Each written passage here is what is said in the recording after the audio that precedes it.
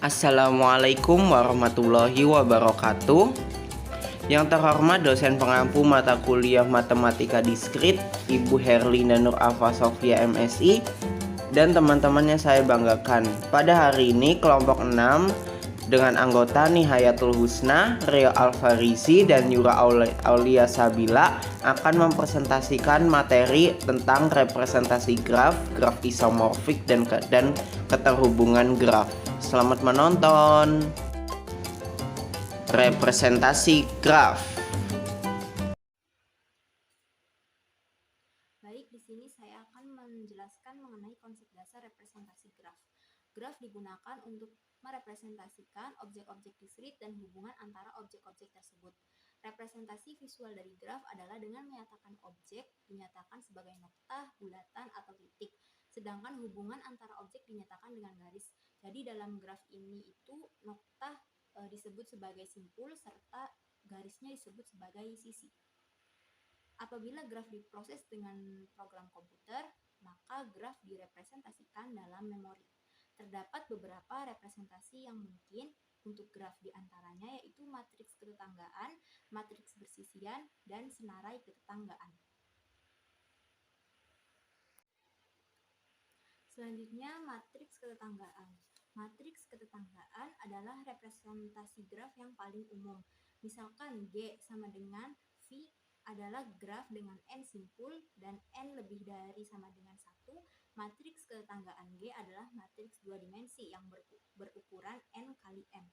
Bila matriks tersebut dinamakan A sama dengan dalam kurung A IJ, maka A IJ sama dengan 1. Jika simpul I dan J bertetangga, sebaliknya A IJ sama dengan 0 jika simpul I dan J tidak bertetangga. Kita bisa lihat pada slide ini yaitu contoh dari matriks ketetanggaan. Di sini ada 3 buah graf yaitu graf A, B, dan C. Nah, secara singkatnya matriks ketetanggaan itu matriks yang menyatakan ketetanggaan simpul dengan simpul dalam graf. Jadi di antara simpul itu apakah ada sisi yang terhubung? Apabila ada, maka dapat dihitung sebagai 1. Namun jika tidak ada sisi yang terhubung maka dihitung sebagai 0. Nah, kita lihat pada graf yang A. Di sini simpul 1 bertetangga dengan simpul 2 dan 3. Maka pada kolom 2 dan 3 bernilai 1. Sedangkan pada kolom 1 dan 4 bernilai 0 karena simpul 1 tidak bertetangga dengan 1 dan tidak bertetangga dengan 4. Begitu pula untuk simpul 2, 3, dan 4.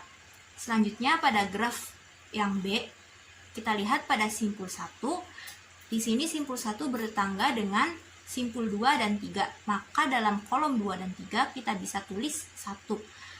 Nah, sedangkan dalam kolom 1, 4, dan 5 bernilai 0 karena simpul 1 tidak bertetangga dengan simpul 1, tidak bertetangga dengan simpul 4, dan tidak bertetangga dengan simpul 5. Nah, di sini juga ada dalam simpul yang kelima, karena simpul 5 tidak bertetangga dengan simpul manapun, maka kita tulis di semua kolomnya yaitu 0. Selanjutnya pada graf yang C. Di sini pada simpul 1 bertetangga dengan simpul 2. Maka kita dalam kolom 2 bisa tulis 1. Sedangkan dalam kolom 1, 3, dan 4 ditulis 0 karena simpul 1 tidak bertetangga dengan simpul 1. Juga tidak bertetangga dengan simpul 3 dan tidak bertetangga dengan simpul 4. Nah, dari 3 graf di atas kita akan tinjau matriks ketetanggaan pada gambar di atas. Derajat simpul 2 pada gambar A adalah 1, 0, ditambah 1, ditambah 1 sama dengan 3. Derajat simpul 4 pada gambar A adalah 0 ditambah 1, ditambah 1, ditambah 0 sama dengan 2. Selanjutnya pada gambar B, derajat simpul 4 pada gambar B adalah 0 tambah 0 tambah 1 tambah 0 tambah 0 sama dengan 1. Selanjutnya derajat simpul 5 pada gambar B adalah 0 tambah 0 tambah 0 tambah 0 sama dengan 0.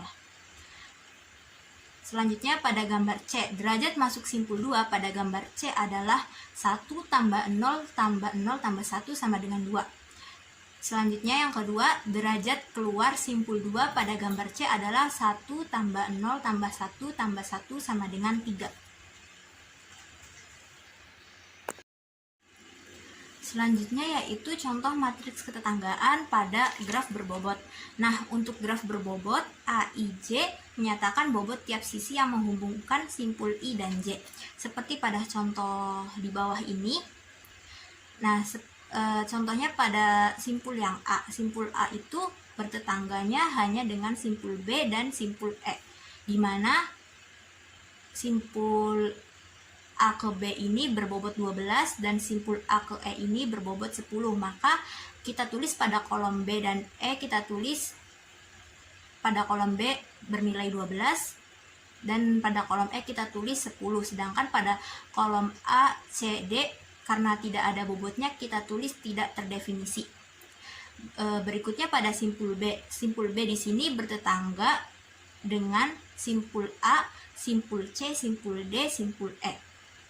Maka pada kolom A kita bisa tulis bobotnya yaitu 12 dan pada kolom C ditulis bobotnya yaitu 9, pada kolom D ditulis bobotnya 11 dan pada kolom E ditulis bobotnya 8. Karena simpul B tidak bertetangga dengan simpul B, maka tidak mempunyai bobot. Kita bisa tulis tidak terdefinisi. Begitu pula pada simpul C, D, dan E. Selanjutnya yaitu matriks bersisian. Bila matriks ketetanggaan menyatakan ketetanggaan simpul-simpul di dalam graf, maka matriks bersisian menyatakan kebersisian simpul dengan sisi. Misalkan G sama dengan dalam kurung V adalah graf dengan N simpul dan M sisi. Matriks bersisian G adalah matriks dua dimensi yang berukuran N kali M. Baris menunjukkan label simpul, sedangkan kolom menunjukkan label sisinya. Bila matriks tersebut dinamakan A sama dengan AIJ, maka AIJ sama dengan 1 jika simpul I bersisian dengan sisi J. Sebaliknya, apabila AIJ sama dengan 0 jika simpul I tidak bersisian dengan sisi J. Matriks bersisian dapat digunakan untuk merepresentasikan graf yang mengandung sisi ganda atau loop atau sisi gelang. Derajat setiap simpul I dapat dihitung dengan menghitung jumlah seluruh elemen pada baris I, kecuali pada graf yang mengandung loop. Jadi singkatnya, matriks bersisian itu kebersisian antara simpul dengan sisi. Apabila antara simpul dengan sisi itu bersisian, maka dapat dihitung sebagai satu. Namun jika antara simpul dengan sisi itu tidak bersisian, maka dihitung 0. Berikutnya yaitu contoh dari matriks bersisian. Nah, kita tahu bahwa di sini baris itu menunjukkan label simpul dan kolom itu menunjukkan label sisi. Maka kita bisa tulis 1, 2, 3, 4 pada baris itu sebagai simpul. Dan dalam kolom kita tulis E1, E2, E3, E4, E5, dan E6 sebagai label sisinya. Nah, dari graf di bawah ini kita bisa lihat bahwa simpul 1 itu bersisian dengan E1, E2, dan E4. Maka kita bisa tulis dalam kolom E1, E2, dan E4 masing-masing 1. Sedangkan pada kolom E3, E5, dan E6 masing-masing tulis 0 karena simpul 1 itu tidak bersisian dengan E3, E5, dan E6. Begitu pula dengan simpul 2. Simpul 2 bersisian dengan E1, E2, dan E3. Maka dalam kolom E1, E2, E3 kita tulis masing-masing 1. Sedangkan pada kolom E4, E5, E6 kita tulis masing-masing 0 karena simpul 2 tidak bersisian dengan E4, E5, dan E6. Berikutnya pada simpul 3. Simpul 3 bersisian dengan E3, E4, dan E5. Maka kita bisa tulis dalam kolom E3, E4, dan E5 masing-masing 1. Sedangkan pada kolom E1, E2, dan E6 kita tulis masing-masing 0 karena simpul 3 tidak bersisian dengan E1, E2, dan E6. Selanjutnya dalam simpul 4, kita lihat simpul 4 itu bersisian dengan E5 dan E6. Maka kita tulis dalam kolom E5 dan E6 masing-masing 1. Sedangkan pada kolom E1, E2, E3, E4 kita tulis masing-masing 0 karena simpul 4 tidak bersisian dengan E1, E2, E3, dan E4. Contoh representasi graf berikutnya yaitu senarai ketetanggaan. Nah, kelemahan matriks ketetanggaan adalah bila graf memiliki jumlah sisi yang relatif sedikit, karena matriksnya bersifat jarang atau sparse, yaitu mengandung banyak elemen 0, sedangkan elemen yang bukan 0 sedikit. Ditinjau dari implementasinya di dalam komputer, kebutuhan ruang memori untuk matriks jarang boros karena komputer menyimpan elemen 0 yang tidak perlu. Untuk mengatasi masalah ini, kita menggunakan representasi yang ketiga, yaitu senarai ketetanggaan. Senarai ketetanggaan numerasi simpul-simpul yang bertetangga dengan setiap simpul di dalam graf, memperlihatkan graf tak berarah dan graf berarah beserta senarai ketetanggaannya masing-masing. Jadi kalau dalam senarai ketetanggaan itu sebenarnya sama seperti matriks ketetanggaan, tetapi cara menuliskannya itu tidak dengan matriks, melainkan dengan menumerasikan simpul-simpul yang bertetangga dengan setiap simpul yang ada di dalam graf. Berikutnya yaitu contoh senarai ketetanggaan. Nah, di sini ada 3 buah graf, yaitu graf A, B, dan C. Pada graf A kita bisa lihat pada simpul 1 yaitu bertetangga dengan 2 dan 3 atau memiliki sisi yang terhubung yaitu kedua dan ketiga. Maka kita tulis 1.2, 2,3. Berikutnya pada simpul yang kedua memiliki sisi yang terhubung pada 1, 3, dan 4, maka kita bisa tulis 2.2, 1,3,4. Selanjutnya, pada simpul yang ketiga bertetangga dengan 1,2,4, maka ditulis 3.2, 1,2,4. Pada simpul yang keempat ini bertetangga dengan 2 dan 3 atau memiliki sisi yang terhubung kedua dan ketiga, maka bisa ditulis 4.2, 2,3. Berikutnya pada graf yang B, pada simpul 1 ini bertetangga dengan 2 dan 3, maka kita tulis 1.2, 2,3. Pada simpul yang kedua ini bertetangga dengan 1 dan 3, maka ditulis 2.2, 1,3.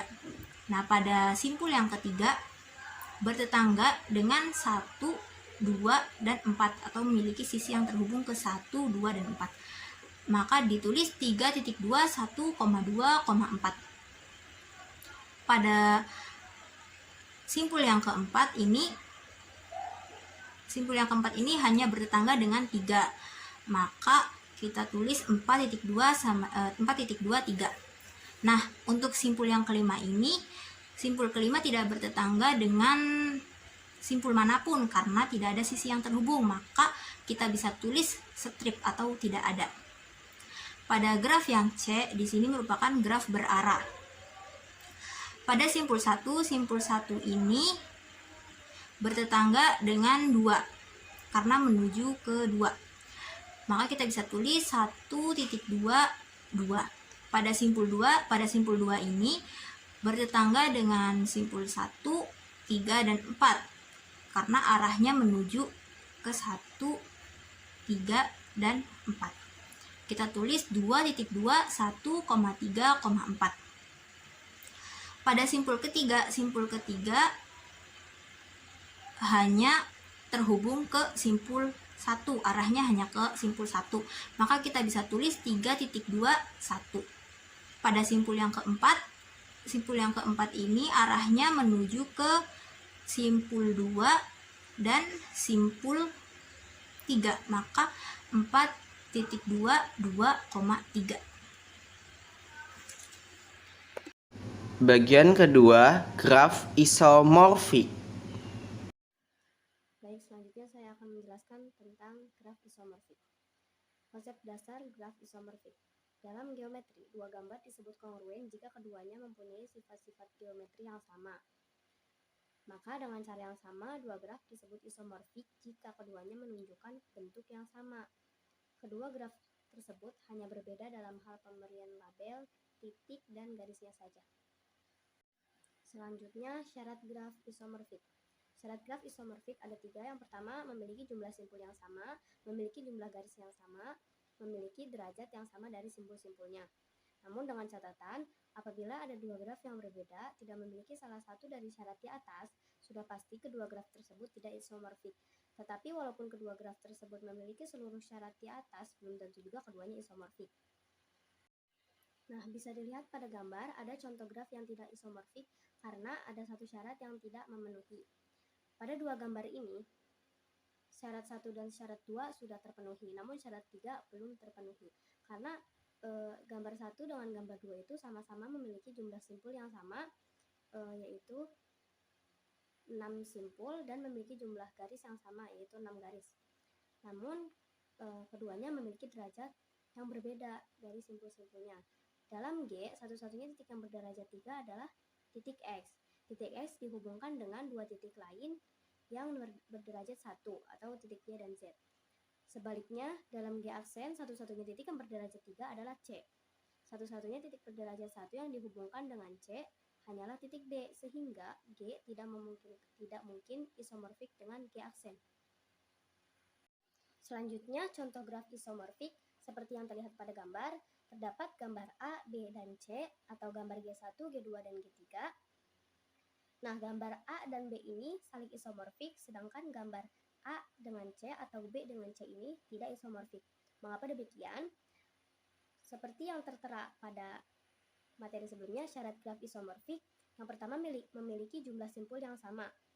Nah, pada gambar A dan B ini memiliki jumlah simpul yang sama, yaitu sama-sama 4 simpulnya. Lalu, syarat yang kedua memiliki jumlah garis yang sama. Nah, pada gambar A dan B ini memiliki 6 garis yang sama. A dan B sama-sama memiliki 6 garis. Lalu, syarat yang ketiga memiliki derajat yang sama dari simpul-simpulnya. Pada gambar A dan B ini sama-sama memiliki 3 derajat yang sama dari simpul-simpulnya.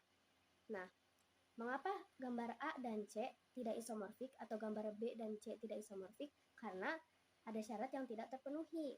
Pada gambar A dan C atau B dan C, syarat pertama sudah terpenuhi, namun syarat kedua dan ketiganya tidak terpenuhi. Pada gambar A dan C atau B dan C, itu sama-sama memiliki jumlah simpul yang sama, yaitu simpulnya ada 4. Namun, gambar A dan C atau B dan C ini memiliki jumlah garis yang berbeda. Pada gambar A garisnya 6, sedangkan pada gambar C garisnya 4. Begitupun pada gambar B garisnya 6, pada gambar C garisnya 4. Jadi tidak memenuhi syarat graf isomorfik. Lalu syarat graf isomorfik yang ketiga memiliki derajat yang sama dari simpul-simpulnya. Pada gambar A dan C atau B dan C ini memiliki derajat yang berbeda. Pada gambar A memiliki 3 derajat simpul-simpulnya, sedangkan pada gambar C memiliki 2 derajat. Begitu pula pada gambar B memiliki 3 derajat, sedangkan gambar C memiliki 2 derajat. Bagian ketiga, keterhubungan graf. Konsep keterhubungan graf atau konsep dasar sebelum memasuki keterhubungan graf. Konsep keterhubungan graf dinyatakan apabila suatu graf memiliki keterhubungan jika semua simpulnya atau titiknya terhubung satu sama lain, sehingga tidak ada simpul yang berdiri sendiri atau terpisah sendiri. Nah, keterhubungan graf ini dibagi menjadi 2, yaitu keterhubungan titik dan keterhubungan sisi yang memiliki masing-masing perbedaan. Keterhubungan graf ini secara garis besar memiliki 2 juga, yaitu keterhubungan lemah dan keterhubungan kuat. Nah, sekarang agar lebih mengetahui konsep dasarnya, ada 2 graf. Graf pertama sebagai berikut dan graf kedua yaitu peta, ya. Dari 2 graf tersebut, manakah yang menurut Anda graf terhubung? Nah, bisa ya sambil diketik pada kolom komentar, diberikan alasannya. Jadi, berdasarkan 2 graf ini, graf yang terhubung adalah graf yang pertama. Kenapa? Karena semua simpul dan sisinya saling terhubung.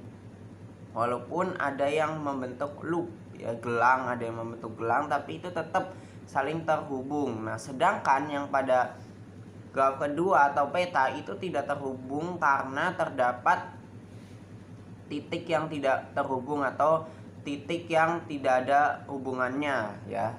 Kita bisa lihat sendiri ya, seperti pada graf berikut.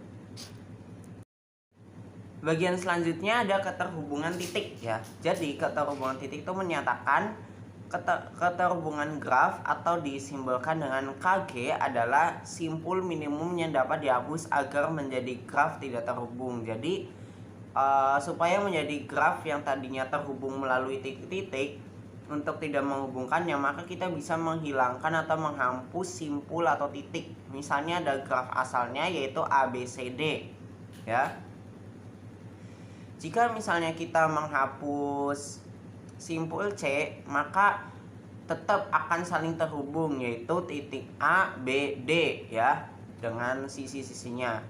Nah, lalu manakah supaya menjadi graf yang tidak terhubung yang harus kita hilangkan? Jika kita misalkan hilangkan titik A, tentu saja masih saling terhubung ya antara B sama D, ada sisinya. Kemudian jika kita hilangkan simpul D, tentu saja akan masih saling terhubung ya antara titik A sama B, ada sisinya. Nah, lalu yang mana? Tentu saja kita harus menghapus simpul B. Nah, maka ketika simpul B dihapus, secara otomatis graf tersebut tidak akan terhubung, yaitu tidak ada sisinya, hanya ada titik A dan titik D. Nah, itu kan berdiri sendiri, itu tidak ada keterhubungan sehingga tidak terhubung. Maka KG sama dengan 2, yaitu karena kita menghapus simpul C dan menghapus simpul B. Nah, sebelumnya sudah dijelaskan ya mengenai proses keterhubungan titik atau keterhubungan titik. Nah, selanjutnya maka dapat dibuat sebuah persamaan yaitu atau rumus. Maka untuk keterhubungan titik graf, untuk graf lengkap berlaku KG sama dengan N dikurang 1. Teman-teman bisa dibuktikan sendiri ya dengan graf di bawah ini, silahkan ketik pada kolom komentar. Selanjutnya ada keterhubungan sisi, menyatakan jika jumlah lambda G atau lambda G itu merupakan jumlah sisi pada graf ya. Lambda G adalah jumlah sisi minimum yang dapat dihapus agar menjadi graf tidak terhubung. Jadi perbedaannya ketika tadi keterhubungan titik, ketika titiknya kita hapus, maka otomatis sisinya akan ikut hilang atau terhapus juga. Tetapi jika sisi graf kita hapus, maka titiknya tidak akan ikut hilang. Nah, jadi perbedaannya terletak pada bagian ini. Seperti graf di bawah ya, misalnya ada graf ABCD, kita ingin menghapus sisa satu sisinya, maka titiknya tidak akan ikut terhapus dan grafnya masih terhubung, maka kita hapus lagi sisi yang satu lagi. Nah, maka baru deh grafnya tidak terhubung, seperti itu. Dalam graf keterhubungan juga terdapat keterhubungan lemah dan kuat seperti definisi di bawah ini. Andaikan G sama dengan V, E adalah graf berarah. Ini berlaku untuk graf berarah. Yang pertama, G disebut terhubung kuat atau strongly connected jika untuk sembarang AB yang merupakan elemen V atau anggota V terdapat lintasan dari A ke B dan dari B ke A. Nah, jadi punya lintasan dari A ke B, kemudian dari B ke A juga mempunyai lintasan, itu disebut strongly connected atau terhubungan kuat. Nah, kemudian yang kedua, G disebut terhubung lemah atau weakly connected jika untuk sembarang AB elemen V atau merupakan anggota V terdapat lintasan antara keduanya pada graf tak berarah yang mendasari G. Kemudian yang ketiga, strongly connected komponen dari G adalah subgraf dari G yang terhubung kuat dan tidak dikandung oleh connected komponen yang lain dari G. Selanjutnya keterhubungan lemah dan kuat ada contohnya seperti graf berikut. Bagian terakhir ada aplikasi representasi graf dalam kehidupan. Selanjutnya, apa saja sih penerapan representasi graf dalam kehidupan sehari-hari? Apa gunanya kita mempelajari representasi graf atau teori graf sendiri? Yang pertama, dalam bidang fisika tentu saja untuk membuat rangkaian listrik. Jadi rangkaian listrik itu ada hubungannya dengan graf, seperti hukum Kirchhoff itu kan menggunakan graf. Kemudian dalam bidang kimia, untuk menentukan struktur senyawa kimia itu kan juga menerapkan dari graf ya, seperti kayak metana, etana, propana, etuna, benzena, itu juga kan merupakan strukturnya dari graf. Kemudian yang ketiga pada program komputer, tentu saja pada program komputer itu sangat penting ya, sama dalam pemrograman Pascal. Selanjutnya dalam topologi jaringan, misalnya seperti topologi bus, topologi ring, topologi star, itu menggunakan aplikasi representasi graf dalam bidang komputer. Sekian presentasi dari kelompok 6, kurang lebihnya mohon maaf. Wassalamualaikum warahmatullahi wabarakatuh. Thank you.